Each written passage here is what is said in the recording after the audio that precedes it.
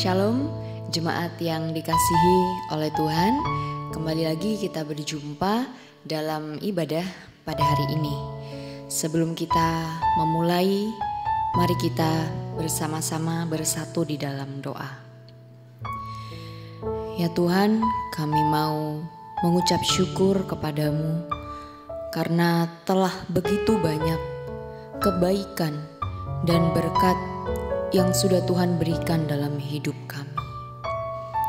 Ampuni kami ya Tuhan, apabila seringkali kami lupa bahwa sebenarnya kami tidak layak untuk menerima itu semua.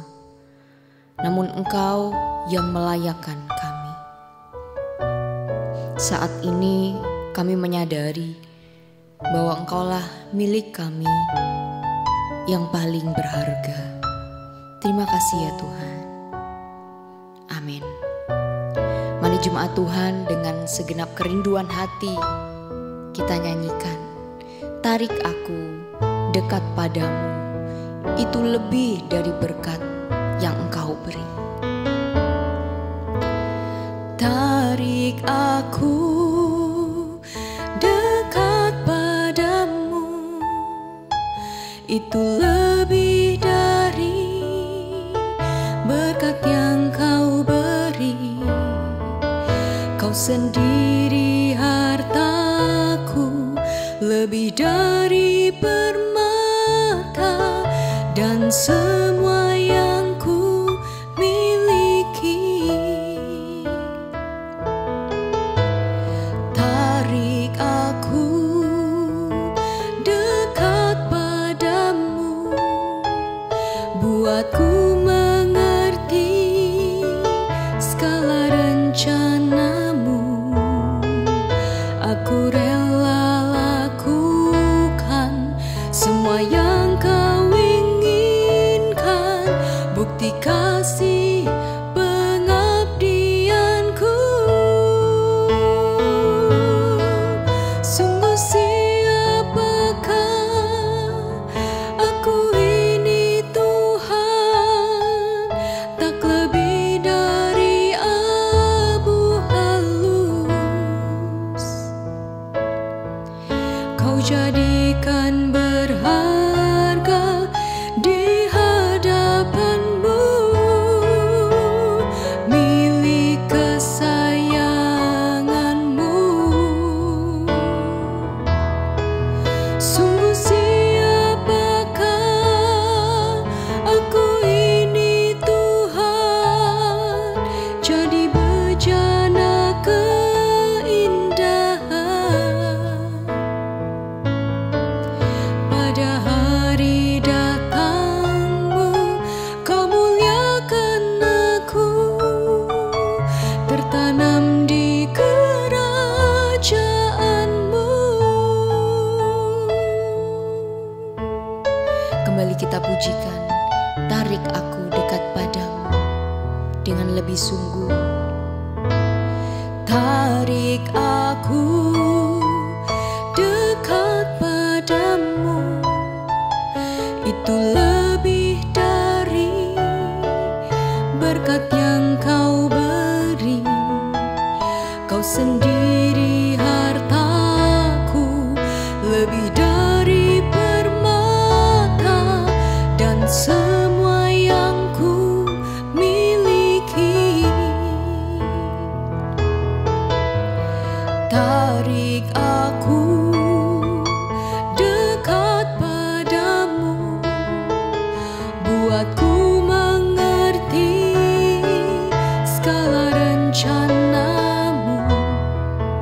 Aku rela lakukan semua yang Kau inginkan, bukti kasih pengabdianku. Sungguh siapakah aku ini Tuhan, tak lebih dari abu halus. Kau jadikan berharga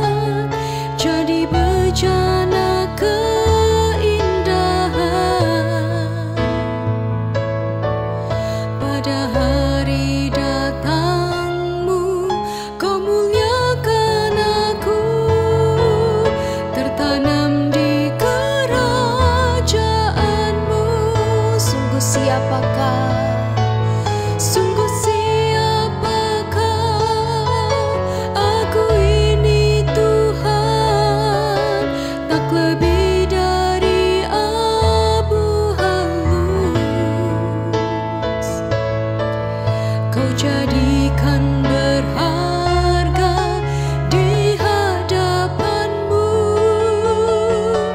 milik kesayangan-Mu.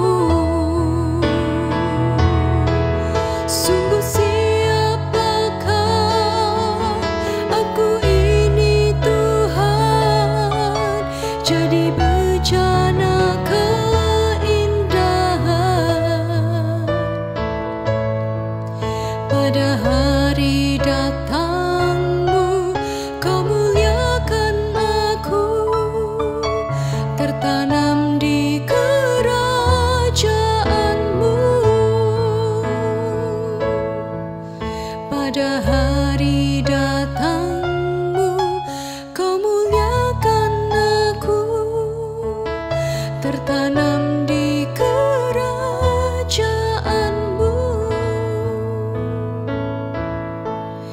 Pada hari datang-Mu, Kau muliakan aku, tertanam di kerajaan-Mu.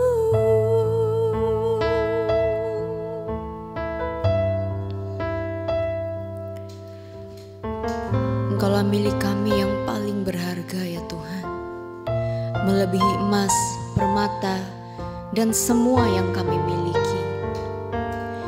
Kami mau meninggalkan segala percintaan kami dengan dunia ini, dan kami mau untuk hidup kudus, tak bercela.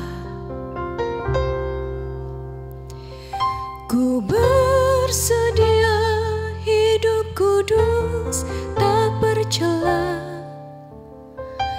Takkan lagi dalam percintaan dunia. Ajarku berpikir seperti diri-Mu, bawaku Tuhan dalam perjuangan-Mu. Mari kita minta kepada Tuhan untuk memperkenankan setiap hati kita. Tuhan, perkenankan aku. Tuhan, perkenankan aku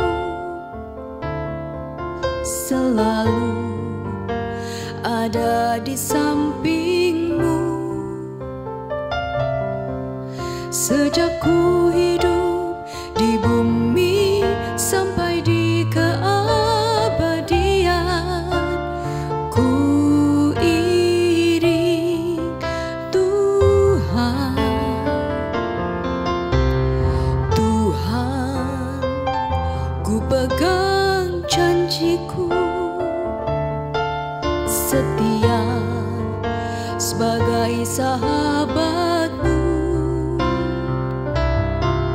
senantiasa bersama menunaikan tugas Bapa selesai akhirnya.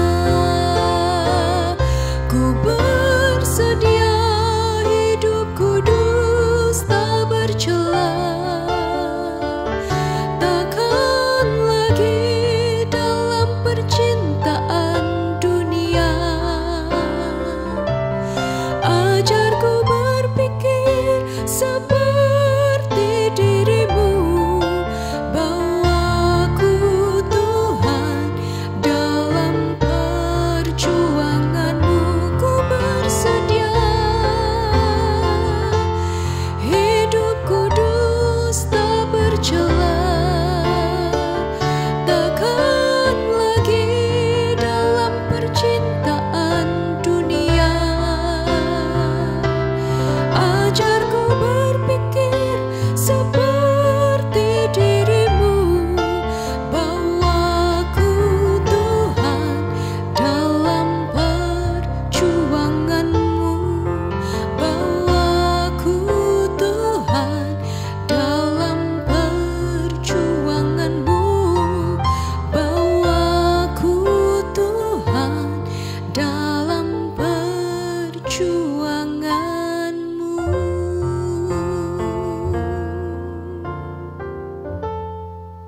Baik Bapak Ibu, mari kita bersatu dalam doa untuk kita mengikuti ibadah kita sore hari ini. Kita berdoa. Bapa, kami ucap syukur untuk segala kebaikan-Mu, kasih-Mu bagi kami. Kami ada sebagaimana kami ada sampai hari ini. Dan terima kasih untuk pemeliharaan-Mu yang sempurna. Tuhan, izinkan kami sore hari ini mendengar isi hati-Mu, agar kami boleh terus belajar, mengerti, menaati, dan melakukan apa yang jadi keinginan dan kerinduan hati-Mu dalam kehidupan kami Bapa. Kami sambut kebenaran firman-Mu, di dalam nama Tuhan Yesus kami berdoa. Amin. Baik, salam Bapak Ibu. Sore hari ini kita kembali bersama merenungkan dan mempelajari kebenaran firman Tuhan dengan satu topik yang cukup menarik, bicara tentang obedience. Ketaatan Bapak Ibu. Ini satu kalimat yang sering kita dengar, ya, mudah kita mungkin ucapkan, tetapi tidak mudah untuk kita lakukan.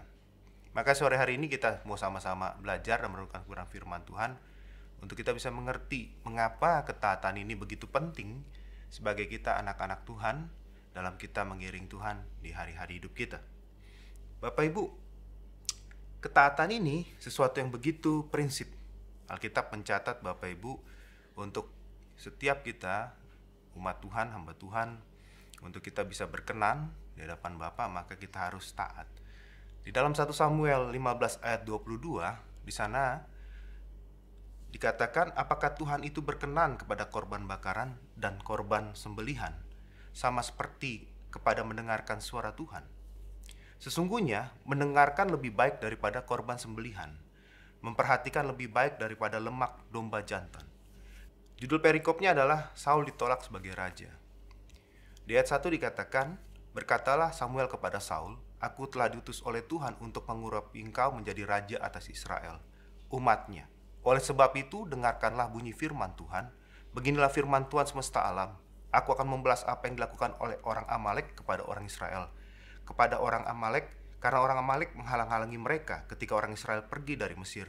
Tetapi pergilah sekarang, kalahkanlah orang Amalek, tumpaslah segala yang ada padanya, dan janganlah ada belas kasihan kepadanya. Bunuhlah semuanya, laki-laki maupun perempuan, kanak-kanak maupun anak-anak yang menyusu, lembu maupun domba, unta maupun keledai maksud saya.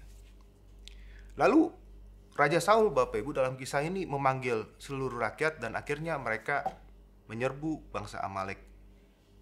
Akhir dari kisah ini adalah bangsa Israel berhasil mengalahkan orang Amalek.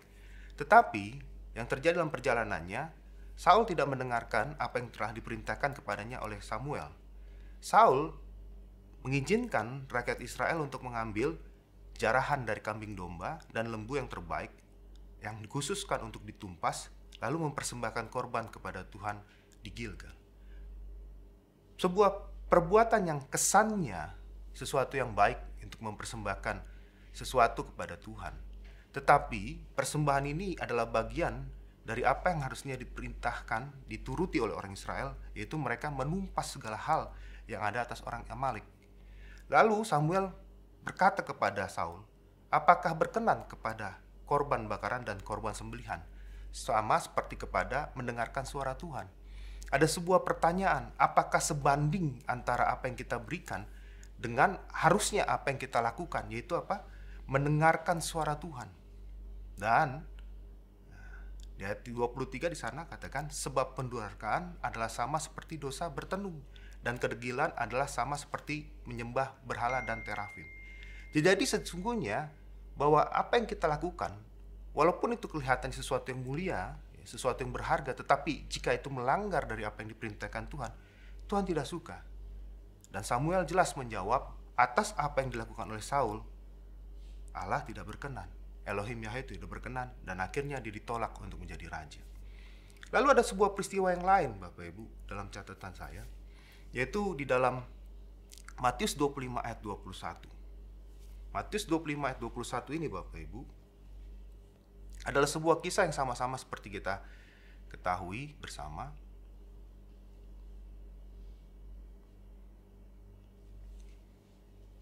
Sebuah kisah bicara tentang perumpamaan tentang talenta Bapak Ibu. Di sana dikatakan di ayat 20, hamba yang menerima 5 talenta itu datang dan ia membawa laba 5 talenta. Lalu tuan 5 talenta itu mempercayakan dan dia berkata, Tuhan, 5 talenta Tuhan percayakan kepadaku, lihatlah aku telah memperoleh laba 5 talenta. Maka jawab tuannya, adalah baik sekali perbuatanmu itu, hai hambaku yang setia, yang baik dan setia. Engkau telah setia dalam perkara kecil, dan aku akan memberikan kepadamu tanggung jawab dalam perkara yang besar. Masuklah dan turutlah dalam kebahagiaan Tuhanmu. Bapak Ibu terkasih, ini kisah yang semua kita sudah tahu tentang perumpamaan talenta. Kenapa orang yang 5 talenta ini berkenan di hadapan hamba tuannya? Karena dia telah melakukan apa yang baik, yaitu apa? Atas 5 talenta yang sudah dipercayakan kepada tuannya, dia memberikan laba 5 talenta kembali. Bicara laba ini berarti artinya ada sebuah ketaatan, ya. Ada sebuah kesungguhan, keyakinan, gitu ya, kepercayaan yang tidak disia-siakan oleh hambanya. Hamba yang mendapatkan 5 talenta ini, dia bersungguh-sungguh, dia melakukan apa yang harus dia lakukan, mengerjakan yang memang jadi bagiannya, dan menghasilkan 5 talenta, laba 5 talenta kembali. Dan itu berkenan Bapak Ibu. Jadi bicara tentang ketaatan Bapak Ibu, atau bicara tentang sesuatu yang kita lakukan yang memang harus jadi bagian kita, itu adalah sesuatu yang menyenangkan di hadapan Bapa, di hadapan Elohim Yahweh Allah kita. Nah, Bapak Ibu, 2 kisah ini sangat penting untuk kita pahami bahwa dalam kita mengikut Tuhan sebagai seorang hamba, sebagai seorang anak, kita harus penting untuk kita melakukan yang namanya taat, ya, Bapak Ibu. Jadi ketaatan itu satu poin mutlak, ya, yang menyukakan, ya, dibanding sekedar kita hanya cuman mendengarkan, mengetahui, ya. Bahkan mungkin kita melakukan sesuatu tetapi sejatinya itu bukanlah yang berkenan atau tidak menyukakan hati Bapa kita. Nah, lalu bicara tentang taat di sini Bapak Ibu, kita coba melihat definisi kata taat dalam konteks Alkitab. Di dalam Yesaya 1 ayat 19 Bapak Ibu, Yesaya 1 ayat 19, di sana dikatakan demikian. 1 ayat 19, demikian firman Tuhan, jika kamu menurut dan mau mendengar, maka kamu akan memakan hasil baik dari negeri itu. Jika kamu mau menurut dan mau mendengar. Lalu Bapak Ibu, waktu kita berbicara tentang apa sih taat, ya, atau ketaatan dari definisi Alkitab, di dalam Yesaya 1 ayat 19 di sana dikatakan jika kamu mau menurut. Nah, bicara menurut di sini Bapak Ibu, dalam konteks bahasa aslinya bisa diartikan sebagai menginginkan, bersedia, menyetujui, atau bahkan mengalah. Jadi waktu kita bicara tentang taat, ya, ada 2 definisi di sana, menurut dan mendengar. Maka menurut di sana adalah kita menginginkan, kita harus menginginkan.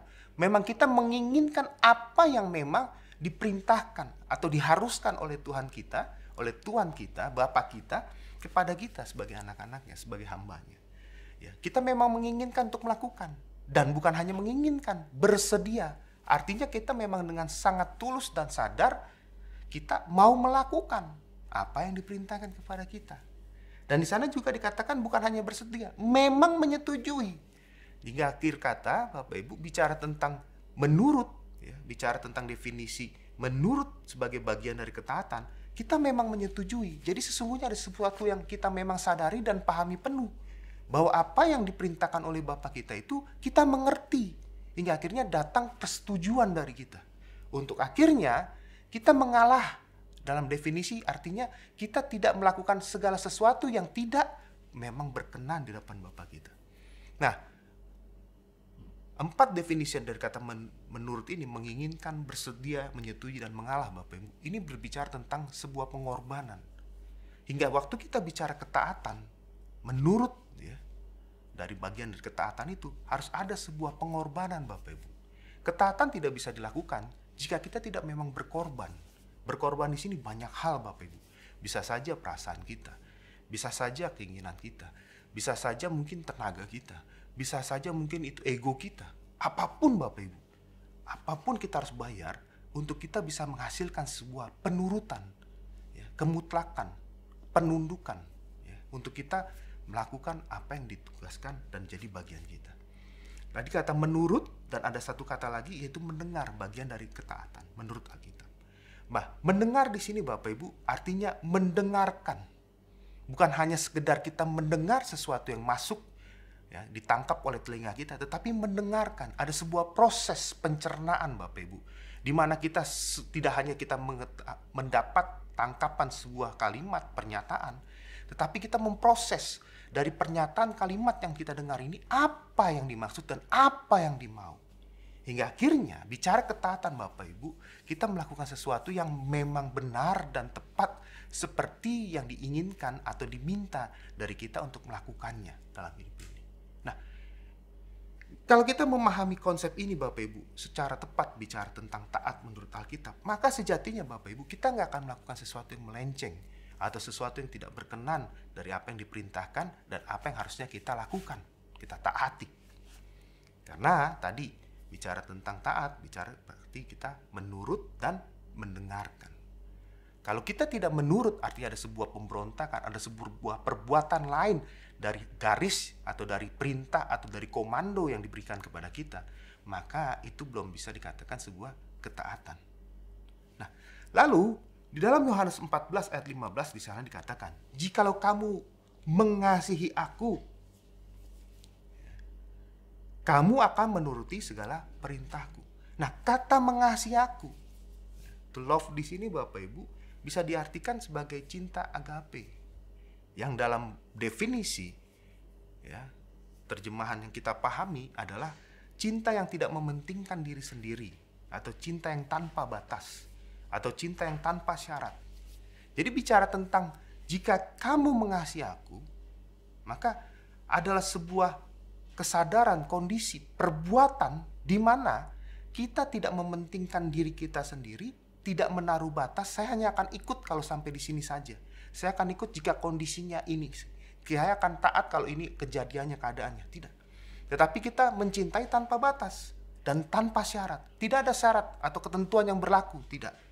Tetapi kita melakukannya memang karena apa? Kita sadar penuh ini adalah sesuatu yang memang sangat betul kita kasihi, ya. Kita sayangi, memang betul sangat kita jaga, kita hargai, kita hormati. Ya. Cinta agape ini sesuatu yang sangat tidak egois. Tidak ada sesuatu kepentingan diri sendiri, ya, yang menuntut balas maupun mensyaratkan satu kondisi. Ya. Cinta agape di sini dalam tradisi kita sebagai orang percaya sering kita artikan ini bersifat total, sebuah cinta yang sifatnya total dan kerap diidentikan seperti cintanya Tuhan kepada kita umatnya. Maka waktu kita bicara kita taat Bapak Ibu, ada sebuah kondisi di sana, yaitu kita mengasihi Allah kita, mengasihi Bapa kita Elohim Yahweh dengan sebuah kondisi seperti Bapa juga mengasihi kita. Maka waktu itu yang bisa terjadi dan itu yang kita lakukan dalam hidup kita, sejatinya itulah ketaatan. Kalau belum sampai di situ Bapak Ibu, maka sejatinya kita belum taat. Kita belum penuh mentaati atau melakukan apa yang diperintahkan Bapa dalam hidup kita. Maka akhirnya kita sadar betul Bapak Ibu, ada banyak pertentangan, ada banyak hal yang masih konflik, ya, perbedaan pendapat. Orang sering berkata begini, saya sudah mengasihi Tuhan, tetapi mengapa keadaannya begini? Saya sudah mengasihi Tuhan, tetapi mengapa saya masih terjadi seperti ini? Atau saya sudah taat melakukan firman-Nya. Tetapi kalau kita pahami dan sadari betul tadi dari definisi-definisi ketaatan menurut Alkitab ini, kita akan jadi terbuka dan tergugah kembali Bapak Ibu. Bahwa sejatinya betulkah kita sudah taat atau belum? Karena sejatinya kita belum bersedia, bahkan kita belum memang menginginkan betul apa yang diperintahkannya itu terjadi dan kita lakukan dalam hidup kita. Kita masih mungkin bertanya, bertawar, dan bahkan mungkin komplain kepada Tuhan. Nah, kalau masih ada syarat Bapak Ibu, kita belum taat.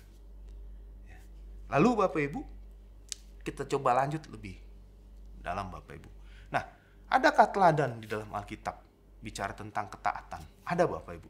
Di dalam Kejadian 6 ayat 22 Bapak Ibu, dalam Kejadian 6 ayat 22, Kejadian 6 ayat 22, demikian firman Tuhan buat kita. Lalu Nuh melakukan semuanya itu tepat seperti yang diperintahkan Allah kepadanya. Demikianlah dilakukannya. Bapak Ibu, ini ada sebuah kisah dalam perikopnya tentang riwayat Nuh. Kita tahu betul Bapak Ibu, Nuh ya, seorang hamba Tuhan, nabinya Tuhan yang luar biasa. Dia sangat hidup bergaul dengan Allah. Dia punya 3 anak, ada Sem, Ham, dan Yafet. Dan kesemua anaknya ini juga hidup takut akan Allah. Ya, karena apa? Karena dia meneladani dan mengikuti apa yang dilakukan Nuh. Ya, bapaknya waktu mereka masih hidup. Nah, ada sebuah kisah yang menarik Bapak Ibu dari Nuh ini. Kita semua tahu dan kita hafal betul kisah ini. Nuh membangun sebuah batra, kapal besar Bapak Ibu. Ya. Kalau kita membangun kapal, biasanya bangunan kapal itu kita bangun di pesisir pantai atau mendekati sumber airnya. Karena kapal tidak sebagai kendaraan yang tidak digunakan di darat, ya. Apalagi di udara, tidak Bapak Ibu ya. Ini di laut ya, perairan. Nah, tetapi yang menarik dari Nuh adalah dia membangun kapal. Ya. Kapal ini dibangunnya di mana Bapak Ibu? Di atas gunung.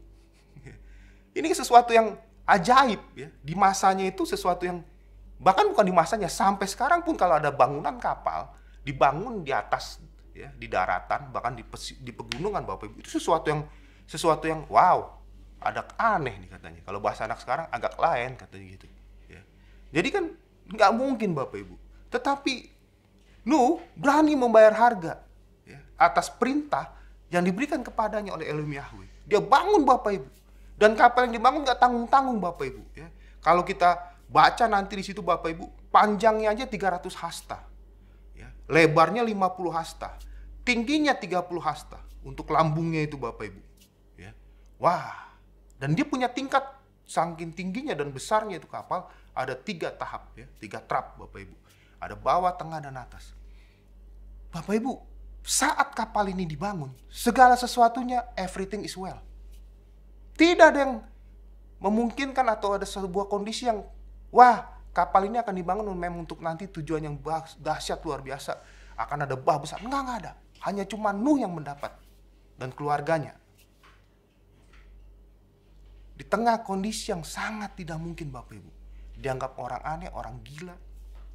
Ya, oleh lingkungannya. Bahkan mungkin saya yakin Bapak Ibu, kalau Nuh melakukan itu hari ini, sedunia tahu. Dan mungkin sedang mengejek Nuh. Ya, karena mungkin viral dan trending Bapak Ibu di TikTok, Instagram, dan semua media, lini media massa. Tetapi yang dilakukan Nuh apa? Dia tetap taat Bapak Ibu. Dan ketaatannya itu membela dan menyelamatkan Nuh beserta dengan seluruh ya, makhluk hidup yang memang sudah ditetapkan oleh Allah untuk selamat. Dan termasuk keberadaan kita hari ini Bapak Ibu. Hingga keberlangsungan makhluk hidup manusia dan segala ciptaan makhluk hidup yang ada masih tetap ada. Sebuah kondisi yang tidak mudah. Terkadang Bapak Ibu, kita menerima perintah yang di luar nalar kemampuan kita untuk berpikir, apakah mungkin dan inikah yang harus dilakukan dan terjadi?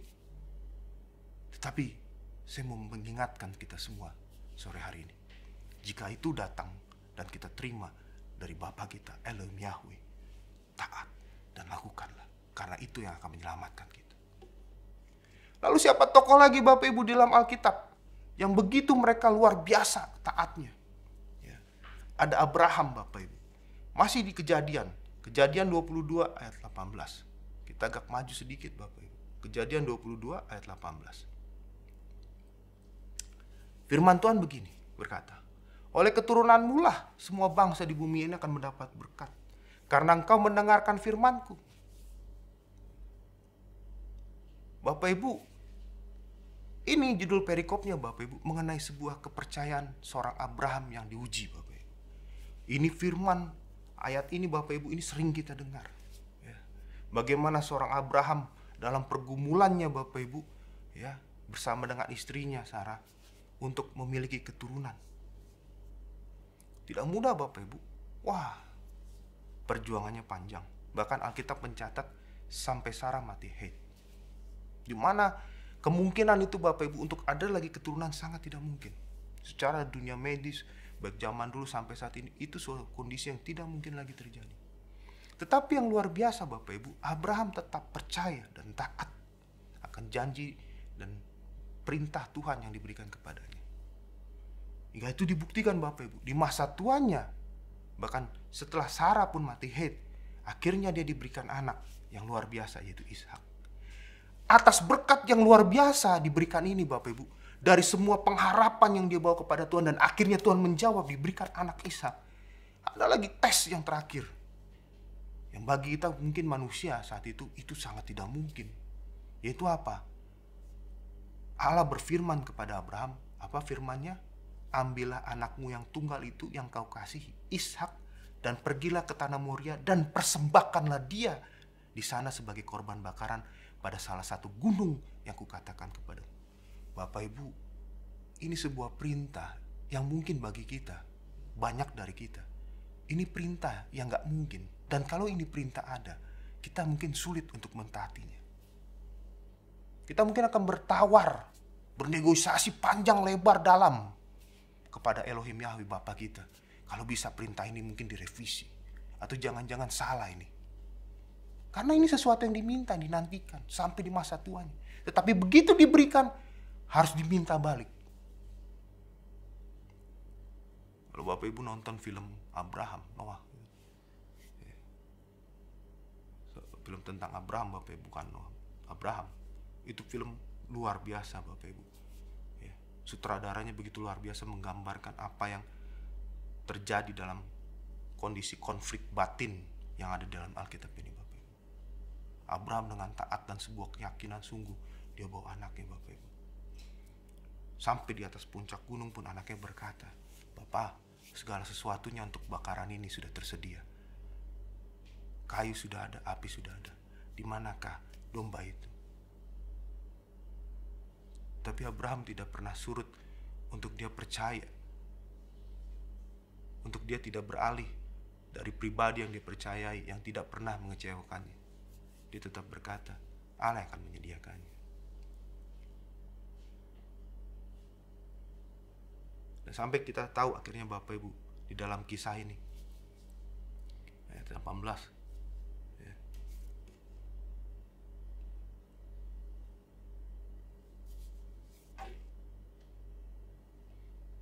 bagaimana Tuhan katakan, oleh keturunanmu lah semua bangsa di bumi akan mendapat berkat karena engkau mendengarkan firman-Ku.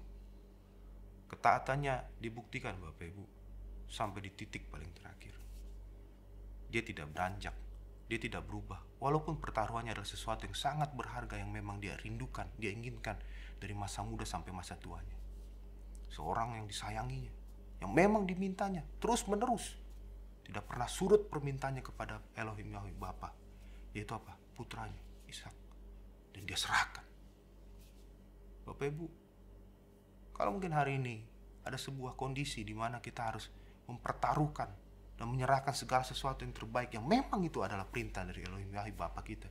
Saya mau mengingatkan kita, jangan pernah ragu, jangan pernah takut, jangan pernah bimbang untuk mempercayai Dia sebagai Allah yang layak dan percaya. Dia sangat bisa untuk kita percayai. Taat. Dan dari ketaatan itulah Abraham mendapat berkat yang luar biasa.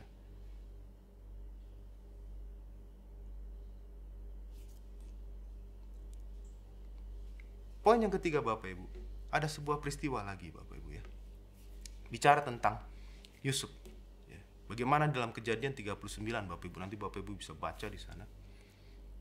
Di mana Yusuf dalam perjalanannya Bapak Ibu, ya, sampai dia akhirnya jadi seorang yang luar biasa ya di dalam pemerintahan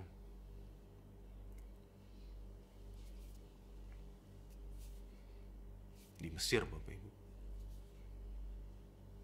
Itu sebuah keadaan atau kondisi yang dia tidak dapat dari sebuah peristiwa mudah.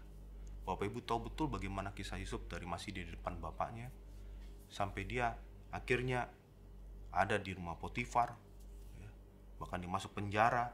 Lalu bagaimana akhirnya Tuhan menyertai Yusuf, ya Bapak Ibu ya, sampai akhirnya dia jadi orang kepercayaan. Yang dihadapinya bukan orang asing Bapak Ibu, yang mudah untuk diabaikan kondisinya, situasinya. Yang dihadapinya adalah saudara-saudaranya, keluarga terdekatnya. Ya. Tetapi yang luar biasa di sana Bapak Ibu, bagaimana Yusuf membuktikan ketaatannya kepada perintah Tuhan, ajaran yang diterimanya dari dia masih kanak-kanak, ya, di depan bapaknya, sampai dia akhirnya dewasa. Yaitu apa? Dia tidak kompromi dengan namanya dosa. Dia tidak kompromi dengan namanya kesenangan dunia.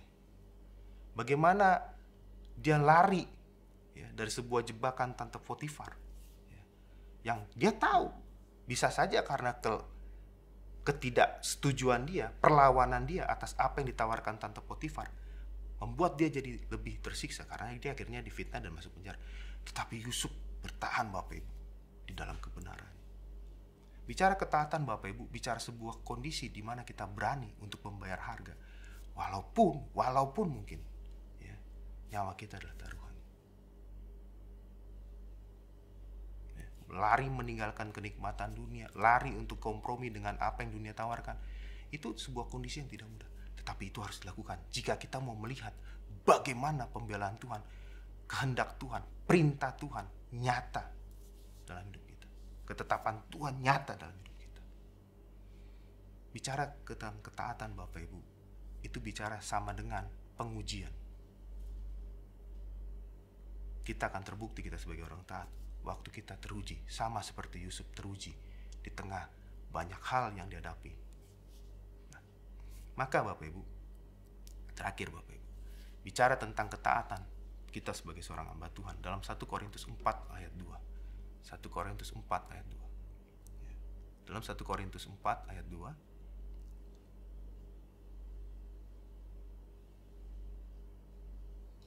firman Tuhan bilang begini Bapak Ibu. Akhirnya dituntut dari pelayan-pelayan yang demikian ialah bahwa mereka ternyata dapat dipercayai. Bicara menjadi pribadi yang taat Bapak Ibu adalah menjadi pribadi yang bisa dipercayai.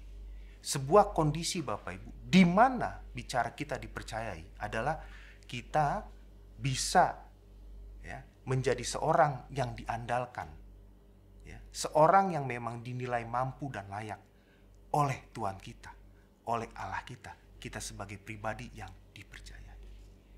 Ya, jadi sore hari ini Bapak Ibu bicara tentang obedience, ketaatan.